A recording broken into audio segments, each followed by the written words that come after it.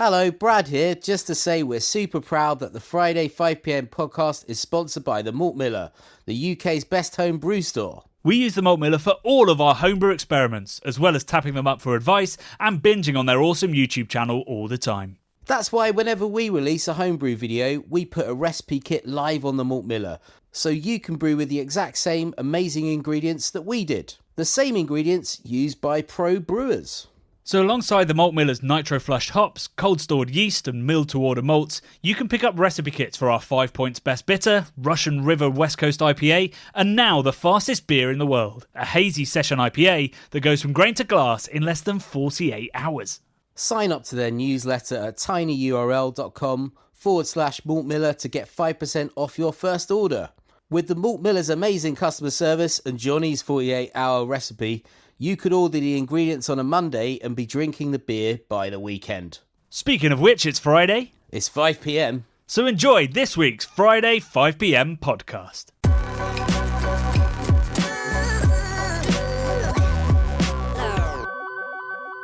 It's Friday, it's 5pm, and so ends a not very productive week for me because, you know when we spilt Wild Ale on my keyboard? Go on. I can't use the space bar anymore, Brad. Oh, mate. That is disappointing. Yeah.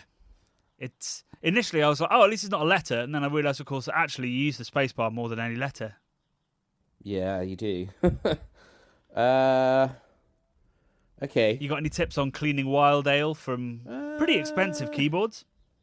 Not really. Only that you left it in the sun, which I thought was maybe a bit foolhardy. Well, I wanted it to dry out. I know, but you before left it destroyed the electronics. Key side up. You should have left it key side down. That would have been my tip. But then the sun wouldn't have got to it. But it wouldn't have been baking the Wild Ale into the baking it in the frigging space bar. Eh?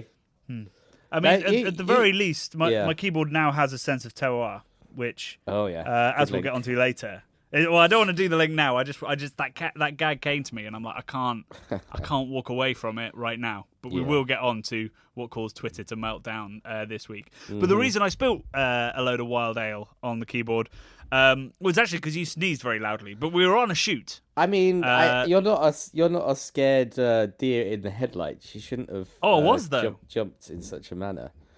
You've got a dad sneeze. It's a very loud sneeze. It is a loud sneeze. Got a lot of business going on, Johnny. Got a lot of hay fever type business that I needed sneezing out of my cranium. You're a damn city boy. You come out here into the burbs and you can't handle the flowers. Maybe. I just think it's it's an everywhere thing. Just sneezy time this time of year. But it is. Yeah. Yeah, it was a dramatic sequence of events. The funniest part being when you said, "Oh, it had to be a Wild Ale, didn't it?" Because if it does smell of lambic, a crispy lager or something, you might have had a little bit more chance of saving that thing. I reckon you can save that thing. I don't know. I didn't look at it too closely, but is it? I mean, all the other keys are fine. It's just the spacebar's sticky. It's sticky. So does it not work, or is it just sticky? Well, sometimes it sticks down, so it doesn't work. Oh, that'll be fine. It's probably still a bit wet. You need to, stick it out, sunbake it a little bit more. Maybe leave it out. But upside down. Upside down, I would. Upside down sunbake it. Maybe like go for the full tan. So just sort of like flip it like a burger every half an hour. It's got a built-in battery, hasn't it? You probably don't want it to explode by overheating. So yeah, maybe do that with caution. I don't think we're at that phase of global heating yet, are we? Where batteries explode. I think your back garden was early summer. Yeah, I don't know about. It doesn't feel like early summer. It was like 28 degrees yesterday, so that's pretty hot. It's pretty hot, Johnny. It was pretty warm. But yeah, so we were doing a shoot day. We've got lots of lovely content coming your way, including the next hype train with the one and only side project, who I was privileged to visit when I was in St. Louis going to I was going to say the Scottish brewery, but that was a gag about Macbeth, but actually that's another brewery. The biggest brewery in the world, biggest beer brand in the world, I guess. But yeah, I brought back some very silly Wild Ale and spilled some of it. What else did we film that day?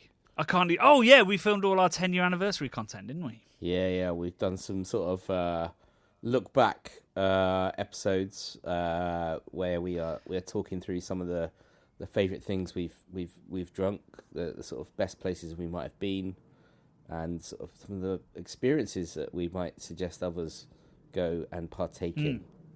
It's a bit flashback episode, but it's better. It's much better than that. It's much better than that. Because I don't think I've ever enjoyed a flashback episode. Every time they do a flashback, and you're always like, oh no.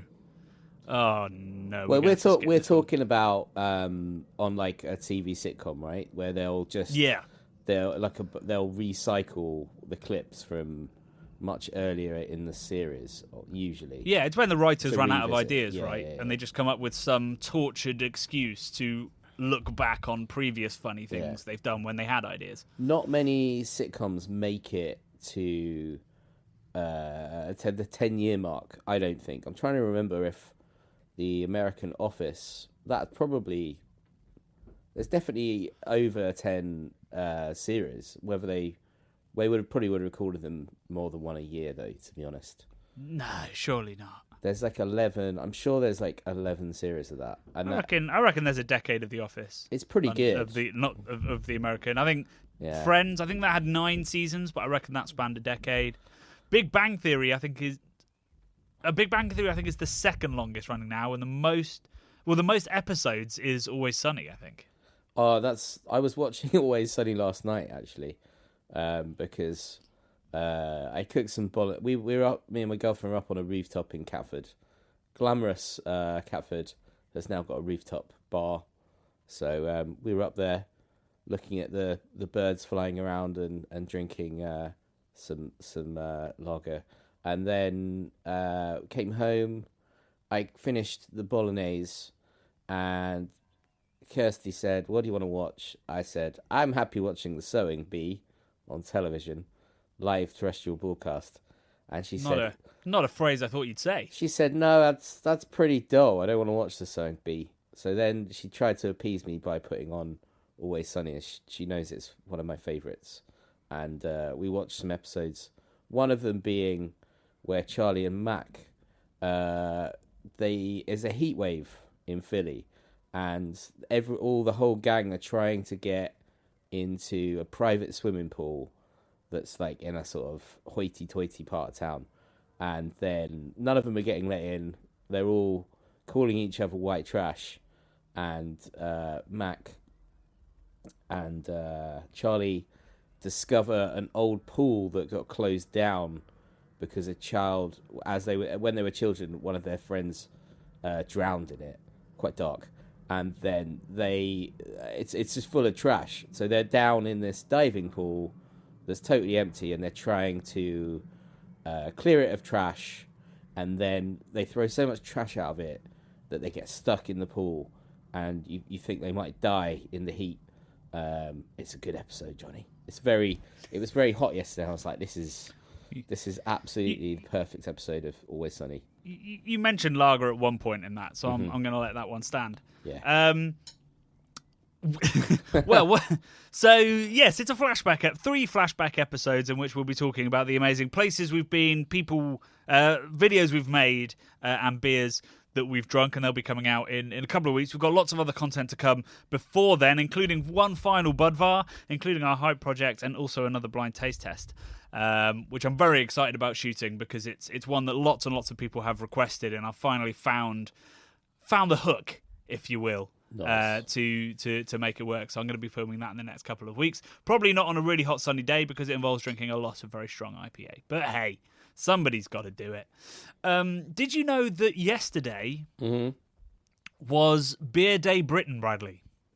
I kind of did because we were just talking about it. But no, it kind of passed me by, I guess. Stop lifting the veil.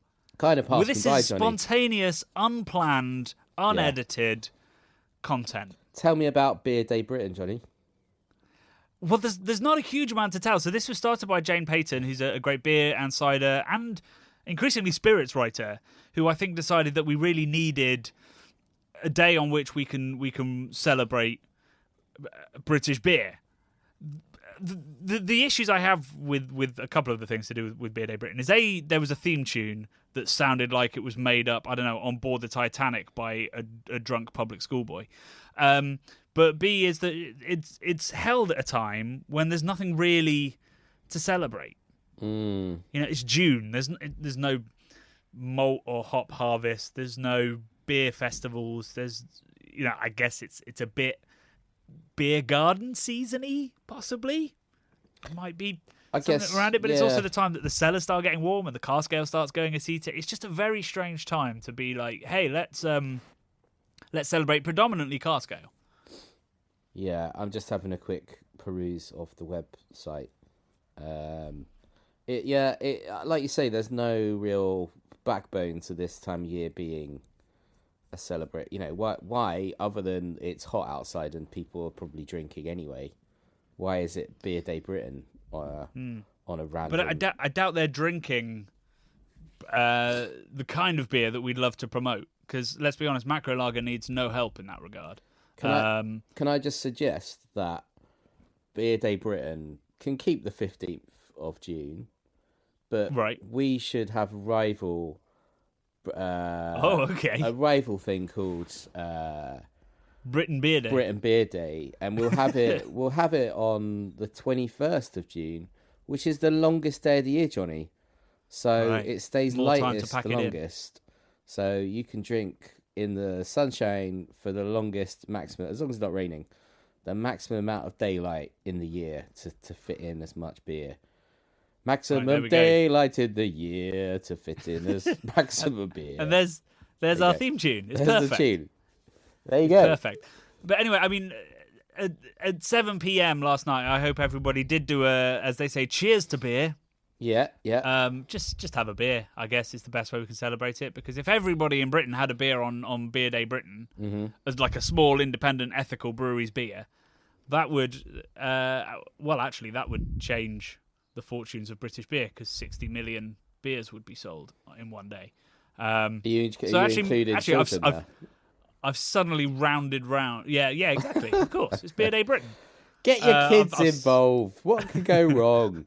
I've suddenly got behind Beer Day Britain. Got to start sometime. I'm going to give my daughter some beer. It's Beer Day Britain. Yeah. What's actually talking about that? Like, we have like obviously quite strict rules about when you're supposed to start drinking. But when did you start drinking, Johnny? Or is this bad? Is this a bad subject matter? The first beer I had ever had, I was about 13. Yeah. And it was so my parents went out, and my brother, to his surprise and my surprise, was left in charge. And so he's 3 years older than me. He had some friends over, and they were having some beers. He's 16, so it was kind of all right. And he gave me one and said, "Don't get drunk." It was disgusting. It was beer door actually, which I came to lubricate quite a few nights in my teens. But that first beer was disgusting. When was yours? I can't say I remember my very first beer, but I was definitely regularly drinking at the age of 15, because I think I looked quite old. I can remember. I think I even remember going into corner shops and stuff at like 16, definitely, maybe 15. Oh, we were all doing that, and getting served. Yeah, like by GCSE year, the corner shops would just serve anyone. Yeah, and I wouldn't say I was an atypical teenager growing up in Beckenham. Me and my little crew of misfits, stoners, and kind of artistic sort of peeps, but we didn't cause any trouble drinking. We would go round to each other's houses and watch like cool old films and listen to music and drink the nights away, because we didn't really like a lot of the people we went to school with. So we used to go around to my friend Tim's, which we called the Rat Hole, and we'd order a Domino's and drink lots of beer and listen. Your friends and my friends would have got along. Exactly. We used to just drink and eat crisps and watch. We discovered a range of awful kung fu movies. Oh, yeah. Where what would happen?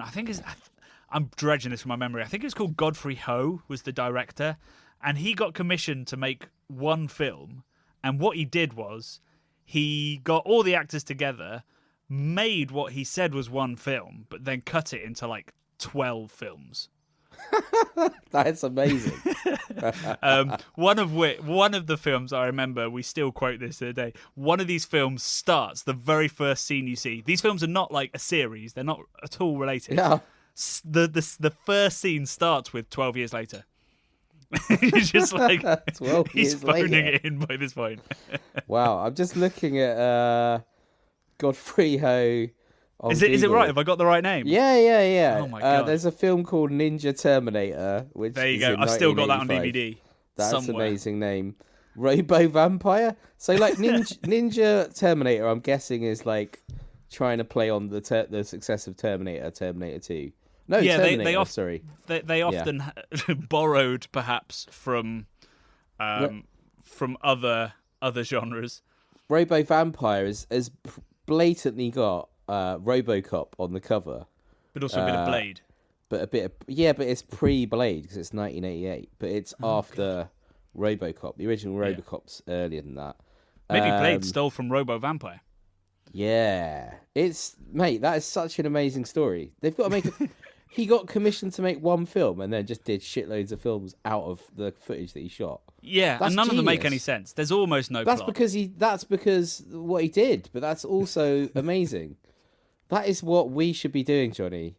We should get commissioned to make one film about beer and then just make like 20 films about beer that just make no sense because we're just deliriously drunk.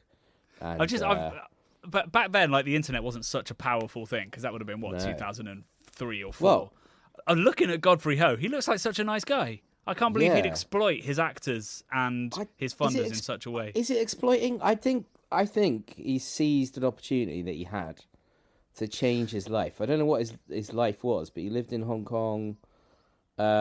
He's a his bio at IMDb said he is a director and writer known for the Ninja Squad.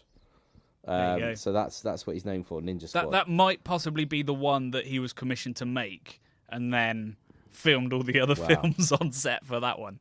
Known for the Ninja Squad, Thunder of Gigantic Serpent. What a great name.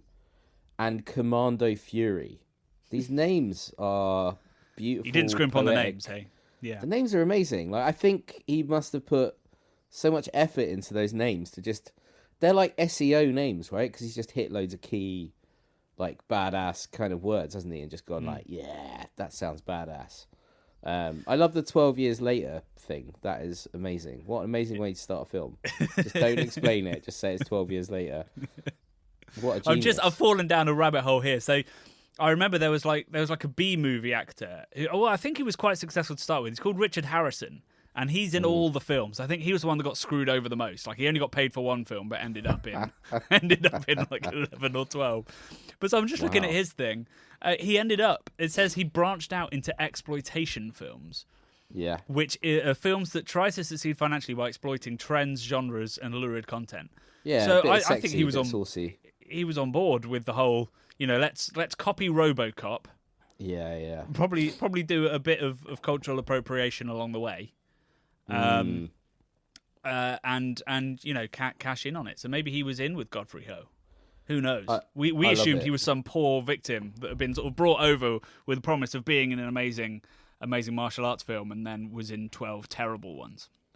We had like such similar early drinking pasts, except I was watching trauma movies, which are basically exploitation films. They're kind of like comedy, body horror gore films with like some boobs and sort of stuff in by a nutter called The disgust in your voice, I enjoyed that. Yeah, he's a nutter. He's called Lloyd Kaufman, and he self makes all these amazingly weird films. And they used to play them on late night Channel 4. They were brilliant. There was a trauma season, and I like literally recorded all of them on VHS tape, and I'd take them around to my friends' houses. We'd get like pretty drunk and watch these like really mental films. What kind of adverts were you getting? Was it like DFS sales and These were like in the middle of the night, so it was like I think it was 4 later. It used to be a thing where from like 2 in the morning, they just used to play really interesting, strange things that wouldn't be allowed, or But with with wouldn't no have an advertising. audience. Hardly any advertising. I mean, who would like, buy advertising against that? Yeah, Those films at that time of night. Tromeo and Juliet. I remember that one in particular. that was very good. The Toxic Avenger, Class of Nukem High, all those sort of films. And then we watched a lot of early Peter Jackson films, which I've recently thrown away a lot of my VHS tapes, but I can actually read out to you some of them that I've kept because I've got them in the front room right now, and I've kept Bad Taste, which is a Peter Jackson film. I've kept Brain Dead, which is another Peter Jackson film. That's his famous zombie. Yes. Yeah. Yes, they're brilliant. If anyone hasn't watched them, please go and watch them. I've kept Eraserhead, Akira, some what did I just say? Some Radiohead, VHS's Sonic Youth, 1991, the year punk broke. That is a brilliant documentary if anyone hasn't seen it. Have you got a VHS player then? Not anymore, but I'm going to get one, I think. Right. Because just alone for being able to watch these classics of my childhood, and then things like I've got Aphex Twin videos like Come to Vidi, it's called, which is Come to Daddy, Window Licker on, like these are singles, Aphex Twin singles. Yeah, Window Licker. You know the song? Oh, the song is amazing, mate. I've got a real love for VHS tapes. I think they're kind of amazing. They haven't made it back in the same way vinyl has, but there's something very nostalgic about VHS. I don't know if I already mentioned this, but I watched a film the other week called The Last Blockbuster, which is about the last blockbuster in existence and the people that they're just willing it to stay. So they're not only the last blockbuster; they're also doing VHS. Like they haven't even got DVDs. They don't really go into that. At that point, it's mostly DVD, from what I can tell. And there's a family that kind of run it. It's in Oregon. I thought the last ones were in Alaska because I knew there were a few that were holding on in Alaska, but the very last one in the world was in Oregon. I'm pretty sure they've got the internet there, so that's just. Yeah, Bend, Oregon. Bonkers. It's in Bend, Oregon. Oh wow! It's really good. It's a really where Boneyard Brewing is, I think. Yeah, there you go. So you can go and have some Boneyard and then rent a VHS for a player you don't have. Yeah, brilliant. Man. Yeah. Bradley, I'm conscious we need to get back to beer here. Oh yeah. Probably. So I alluded to it earlier with my incredible gag about my keyboard, but the internet has been set alight by a Pellicle article from Matthew Curtis about terroir. Yes. I did not terroir in beer. Yeah, in beer. Right. Yes. Well, I mean, I think he angered the wine people as well. Okay. Cool. That doesn't sound like Matt. That really doesn't sound like Matt. Setting the cat amongst the pigeons. Never. I mean, it was a very black and white article, which I think is what a lot of people took exception to. I think it pretty much opened with Godfrey Ho style, terroir is all bollocks. But I thought it'd be an interesting conversation to have. What's your notion of what terroir means? What it actually means? You mean the technical meaning of it, or how it would be applied to beer? Or drink, to alcohol generally. When somebody says this has a real sense of terroir, what are they saying? It's a romantic sort of term that you would say that you can taste the sort of the area that it's come from.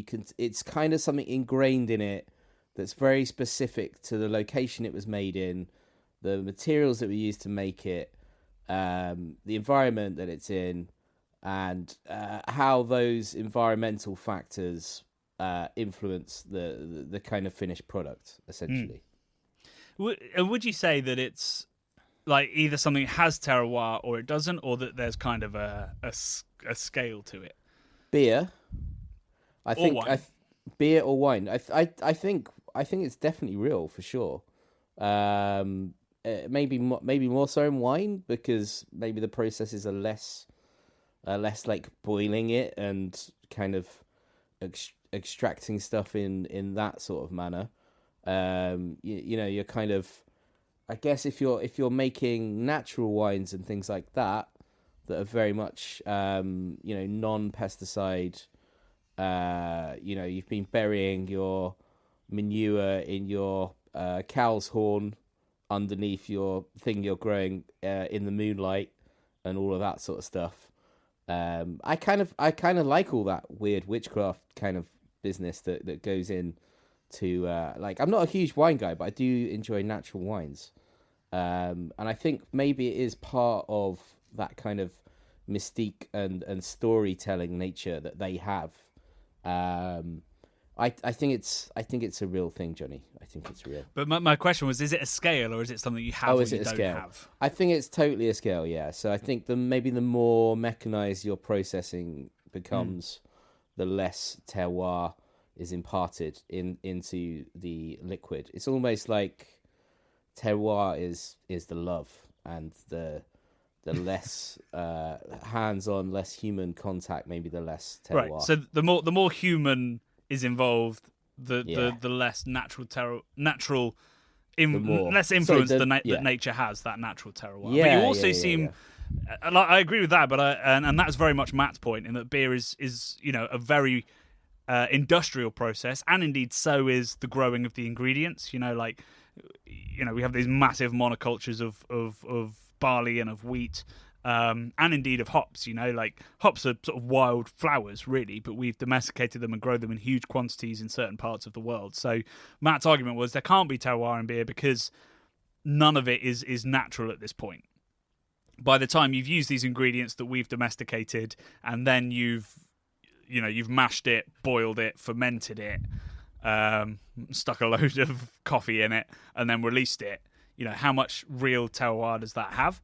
And I think that's a totally valid point. I think where it got a bit emotional online was the fact that there was a lot of comparisons of, say, New England IPA to natural wines, which of course will have a very, very different sense of terroir. There's if you're brewing a New England IPA in Spain, there is zero terroir because it's probably English malts, American hops, a yeast grown in Austria, and you've adapted the water from the tap with a bunch of minerals. But obviously things like lambics, wild ales, and even I would argue that a British bitter British bitter brewed in Kent has a really strong terroir to it, in that it tastes literally of the flowers that are grown there, and the grains that are grown there, and the yeasts that have been there for longer than anybody alive can remember. And it's made, I think there can be sort of a cultural terroir in a process that was created in that region as well.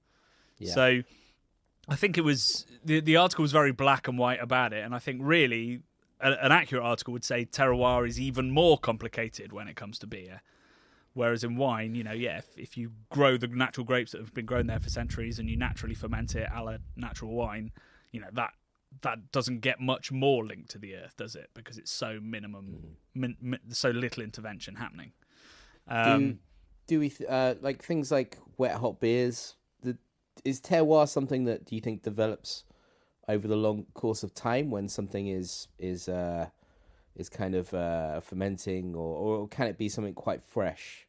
That's because like a wet hop beer is like that tastes more of the kind of resinous hops. I think that's fair. Like a wet hopped bitter from Kent, is going to have, I think, as much of a sense of place, which is what I prefer, a sense of place to the word terroir, because I think it's complicated, it's over romanticized, and it doesn't include any kind of human element. Because yes, human intervention means that it's less about the soil and the climate, but humans have huge impact on the things that they produce as well. Even minimal intervention, you're choosing what barrels to put it into, or whatever it is.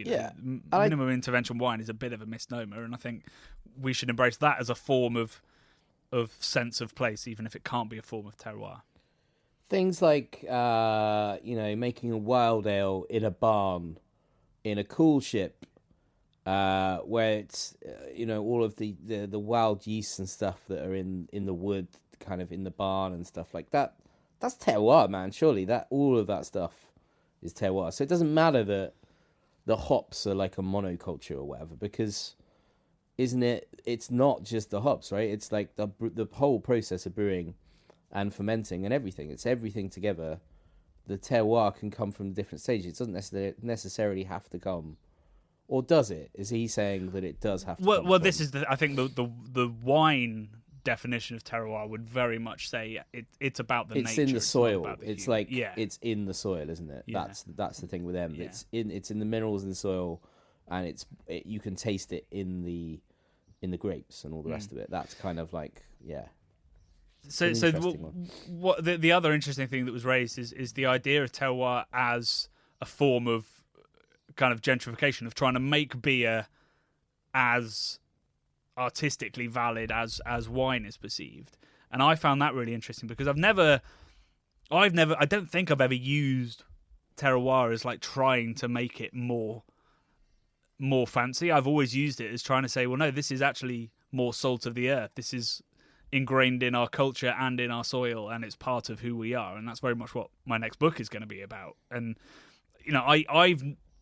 there must be people, particularly with lambic, trying to use it to elevate the reputation of beer, going, it's just as we can use just as fancier terms as we can with wine, and it's just as complex as wine, and it is just as complex as wine. But I don't know, I'm a bit uncomfortable with the idea that talking about the natural roots of beer is trying to make it exclusive. I think if that is what's happening, we need to be super careful, but I'm not sure it is.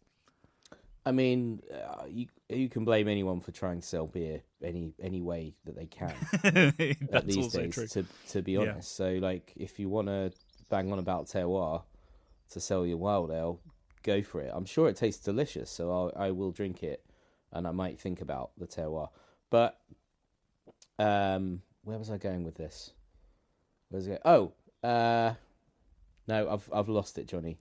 It's okay. It was a fair point. We should be using whatever tool is in there, and if the notion of terroir, if you think it applies to your beer, make that argument, and if it helps sell the beer, then that's kind of great. I don't think we should. Basically, I think terroir is absolutely applicable to beer. Not all beer, but much beer. But it's also not that applicable to many wines, which are made from monocultures, blended with grapes from all over a country, have lots of unusual things added to it to make it last long. Let's not pretend that there's any terroir to Echo Falls or Barefoot. These are trash wines, much like the macro trash that is still occasionally delicious, but couldn't have less of a sense of place to them if they tried. I think the other point I was going to make was basically about like giving language or taking language from something else where people might understand or get an essence of what they think 100%. it means, and it's just borrowing that language to go, no, I'm sort of saying that it kind of means like this in wine. You can apply that to what I've done here, and we don't have the language for it, so we're going to take it from wine because it's applicable. And because we want to get wine drinkers drinking beer, and beer drinkers should be drinking wine as well, because they're exactly exciting and delicious things. So I think the use of terroir is a very helpful thing in beer. But I mean, the article generated huge debate. Occasionally, people went over the line, but generally, it was a really interesting discussion. So it was a good piece. And sometimes, as we know on YouTube, you have to take the black and white position to have the conversation in the middle. Anyway, should we get on to this week's video? Yeah, man. So this was episode 2 of our adventures in the cellars of Budvar, and this one was a bit more in depth. It was less about the culture and more about the beer and what goes into making these beers and indeed pouring them. And it looked beautiful, didn't it? It's great, man. It was that brew house, fantastic. Filming like filming a dream. I mean, it was kind of a dream. It's it's a beautiful copper brew house, and then it's surround. I mean, it's steamy as hell, but it's surrounded by massive indoor palm trees. It's a lush, verdant green brew house, isn't it? It's Apparently, the brewers have to look after the plants. I mean, someone's looking after them because they were absolutely. I thought it might be a wonderful. gardener or something. Like a groundskeeper, because they must have groundskeepers. But no, apparently it's the brewers. Drunk, driving his tractor straight through the brew house. It's the brewers. That's great. I love it. Yeah, they were super successful plants. I wonder if they've got any tips. I mean, it was kind of tropical moisture levels in there, so that probably helps a lot of them. Yeah, they've picked the right plants. Yeah, it reminded me of the kind of plants you might get in a giant swimming pool. When they have vegetation. Centre Parks vibes. Centre Parks vibes, exactly. That's what what this always comes back to. I love Centre Parks. And Adam was a great interviewer. He said at the end, bless him, he said it's rare for him to feel comfortable in an interview. It's like, I think it's the side of being brewmaster that he dislikes the most. Yeah. But you could see he was enjoying that conversation. We were asking questions that got him quite enthused. So I thought it was a great interview with him, and to hear about, particularly, I love the bit, he grew up in this town and he always wanted to be brewmaster and he's become it, and lots of his friends wanted to be too, and he's the one that did it. It's kind of actually, I saw this when I went to Budweiser actually in St. Louis as well. Like, Budweiser brewery is known around the world as like this horrible giant corporation. In St. Louis, they love it. And in Budvar, we've had a couple of comments from people going like, I can't believe you came to the Czech Republic and only visited the macro brewery. Be like, I mean, A, I think Sierra Nevada make more beer than Budvar do, but B, in Budweiser at least, it's so well loved. It's their brewery, and again, in the book that I'm writing, you'll see the incredible history and why it's so important to them as a town, because it was, like we said in the first video, it was literally founded because German people owned the main brewery, and they were like, well, we want a Czech one. So it's a very important historical brewery for both for the Czech Republic and for Budweiser. And then you did your pouring masterclass with Radim. We have a whole video of you and Radim coming where you do some pretty magical pours, all the different Czech pours, including, I forget the Czech word for it, but the half and half of the dark and the light. But lots of people are blown away by that little interview and all the stuff that they learned about foam. Yeah, much more to come next week. Is that going out next week? I think we're going to take a little break. Yeah, okay. We're going to do the hype train next week is my plan. Nice. And then we'll be back at Budvar for the pause. Great. Yeah, I can't wait. I think it was a wonderful video, and if people are enjoying that little interaction with Radim and me, there's so much more to come. So much. Literally pouring. half an hour of Brad and Radim pouring out the beer. screen. Yeah, great pouring stuff. out the screen. Yeah. While we're talking about the pour, sorry, I'll jump in with my comments and then we'll come to yours because my two are very much pour related. So Runa Usthaug, sorry Runa, don't know. How does the foam get so dense and white? Is it a mixture between CO2 and nitrogen? Most lagers I have get foam with big bubbles that disappear quickly, but my favourite style is the dense white one. So no, there's no nitrogen in there. It's all down to those taps that we were using in the video. It's called a Luca. Well, it's made by a company called Luca, and it's a side pour tap. Tom Smith also asks, what role does the side pour tap play in Czech pours? Could you do the same with a typical UK tap? So Runa and Tom, you could not do this with a typical UK tap. You may know, if you've ever poured a beer in the UK, you can pull the tap forward and that turns it on, or you can push it back and you'll get a slightly creamy foam if you push it back. That's the limit of it. And there's a great article on Good Beer Hunting where they did a whole feature on side pour taps in which the guy who came second in the international competitions of Pilsner Urquell pouring, he lost by a point, Bradley. A point! Oh. He said the best way to look at these taps is like American or UK style are they're like an on and off switch, right? You pull it down, it pours beer. A side pour is like a dimmer switch. So you have 90 degrees in which you can pull that side pour. If you pull it a little bit, as Radim showed, you get mostly foam. So about 15 degrees, it's all foam. If you put it 90, it's all beer, and you can play around with the amount that's coming out. And that's down to two things. One is it's a ball valve. So you're essentially making a bigger and bigger hole for the beer to come through. And obviously, if it's a small hole, it's going to agitate that beer, like if you put your thumb over a hose. Yes. So that's going to create foam. But also within that tap, you have pretty much a sparkler, like a really small sparkler, a little plate with lots of little holes in. And that ensures a really fine foam as well. So that's how, with only CO2, you get a really dense, wet foam. And all of that's happening in a low oxygen environment as well, because it's a very small space and the beer's taking up most of that. So you get CO2 coming out of the suspension. So it's a very safe way of essentially injecting loads and loads and loads of foam into your beer, and that's the main difference. And Brad and I have an ambition to eventually make something that does the same when you're pouring out of a can. Does that make sense, Brad? Pretty much, yeah. We've actually got a Luca soap pour tap. We've been gifted by Radim. So we are. Well, I mean, I've got the ingredients to do our first double decoction mash, and never found 7 hours to actually do the brew day to check my recipe. So I've never done the test batch. Maybe wait till it's not quite so hot before you embark on that. I don't want to do the same. Journey. Was it? What was I trying to put? I was trying to keep something cool in one of our videos, and I'd done it in summer. I can't remember what it was. You put your jacket on it, didn't you? Well, that's the opposite problem. That it was Kvike, and I couldn't keep it hot. Yeah. Yes. Yeah. Sorry. I mean, that could have equally worked in the summer as well, right? It's just insulation, just a barrier from the outside.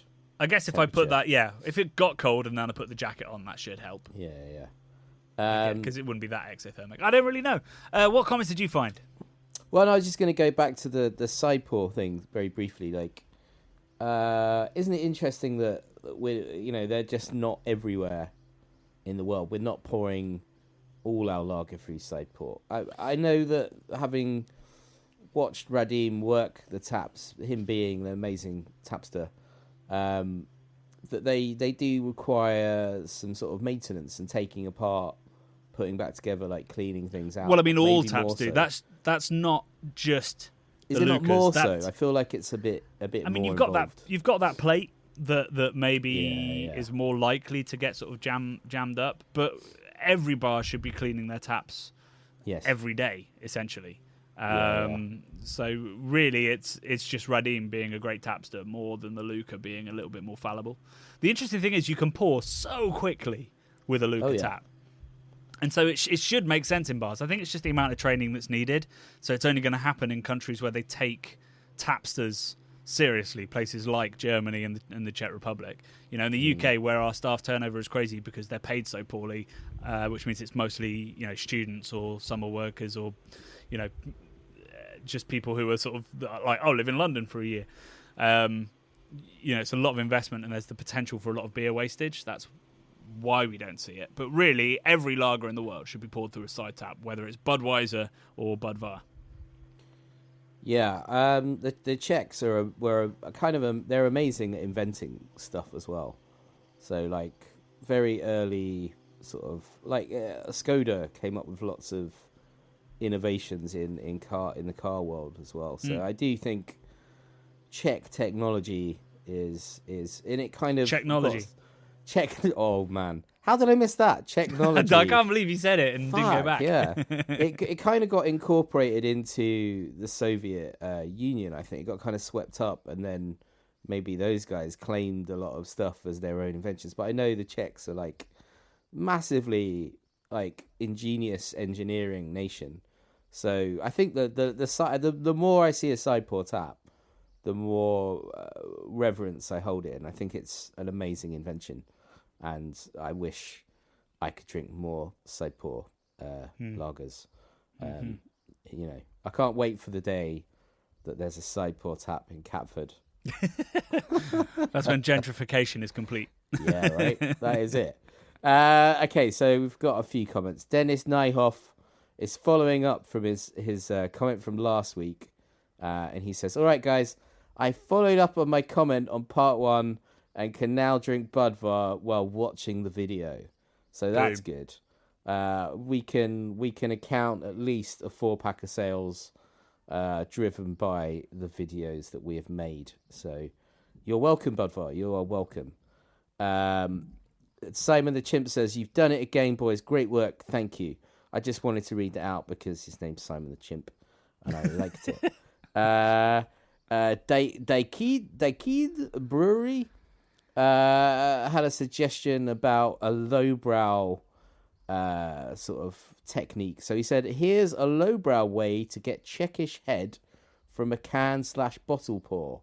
I did see this. Yes, the syringe, right? Yeah. Take a thick syringe, suck up half of the beer, half of air, violently send it back into the beer, and sit back and watch the CO2 in the beer quickly form large foamy head. And then he's put #science. I'm gonna try that this evening. I might even make a YouTube short for it. So he's suggesting that we put it back into the can or back. No. Are we pouring it out? I think. Right. Yeah, I think you take a syringe, you pour out the beer, and then you inject the beer back in. Yeah. And hopefully we'll get a dense white head. I'm very excited about that. Interesting. I think he's onto something. He's going to knock a lot of stuff out of the beer doing that. That rings a bell in that there might have been, because Sapporo, they were the inspiration for Omnipollo's slushies, because they do that at, I think, baseball stadiums. But I seem to remember somebody mentioning that you can get cans that come with syringes to try and create that. So this might be very legit, and I'm genuinely going to try it this evening. It could be a little game changer. Giant syringe. I suppose with having a baby, you might have that sort of thing. Cowpole. No, I'm not. No. Actually, well, I do have the cowpole syringe, but I have loads of homebrew syringes from hop extracts. Yeah. So I've got plenty of syringes. Don't you worry about that, mate. In this hobby shed. Yeah. You need a Cool. Yeah. Well, please report back if it's good. Maybe shoot it as a little short. I will. Or I should maybe shoot as a short. Maybe it is a lowbrow, isn't it? After all. But hey, maybe there's a lowbrow episode in you trying to recreate wet foam without, wet foam at home. Wet foam at home sounds weird, but yes. Yep. I like it. What do you reckon? Yeah, I think next lowbrow. There we go. Right, cool. We've come to the end of everything we have for this week. Sorry for the diversions. Sorry if you go and watch a Godfrey Ho movie. I don't even think we talked about the things we've got coming up. Oh, yeah, we've got to promote. Sorry, yeah, so next Saturday we have a live show with the wonderful Elusive. We'll be joined by Ruth and Andy from Elusive. We're drinking 4 or 5 beers. We're not quite sure exactly how many we'll be drinking, but 8 come in the pack, and you can buy that taste along pack at the link below. It's about 40 quid for 8 astonishing beers, including a collab with Oakham and a collab with Emperor's Brewing, the highest rated brewery on Untapped, I think, right now in the UK. Incredible. So, yeah, it's going to be a really great evening. Join us at 7:30 p.m. live on YouTube. And also don't forget, or if you haven't realised, we have a festival on the September 16th at Hackney Brewery in North London, where we will be serving 10 collabs to celebrate our 10th anniversary. Brad and I are trying to sort flights out to Omnipollo for that collab, but there's also going to be Verdant, Lost and Grounded, Siren, Beak, North. Will hopefully, this is not quite confirmed, but I'll hint at the fact that hopefully, meantime, we're going to do a rebrew of Now IPA, and we'll have that on tap, which leaves us just one more collab to find, and we have a pretty good idea about who that's going to be, so we'll announce that soon. But links for tickets for that, it's about half sold out, so you do need to be a little bit quick, because I think next week the video will go live promoting that to the main channel, and then, who knows? All hell will break loose with ticket sales. So if you're going to buy, do it this week to guarantee your space at Love and Beer Festival 2023. We'll see you next week for some Hype Train. Woo woo!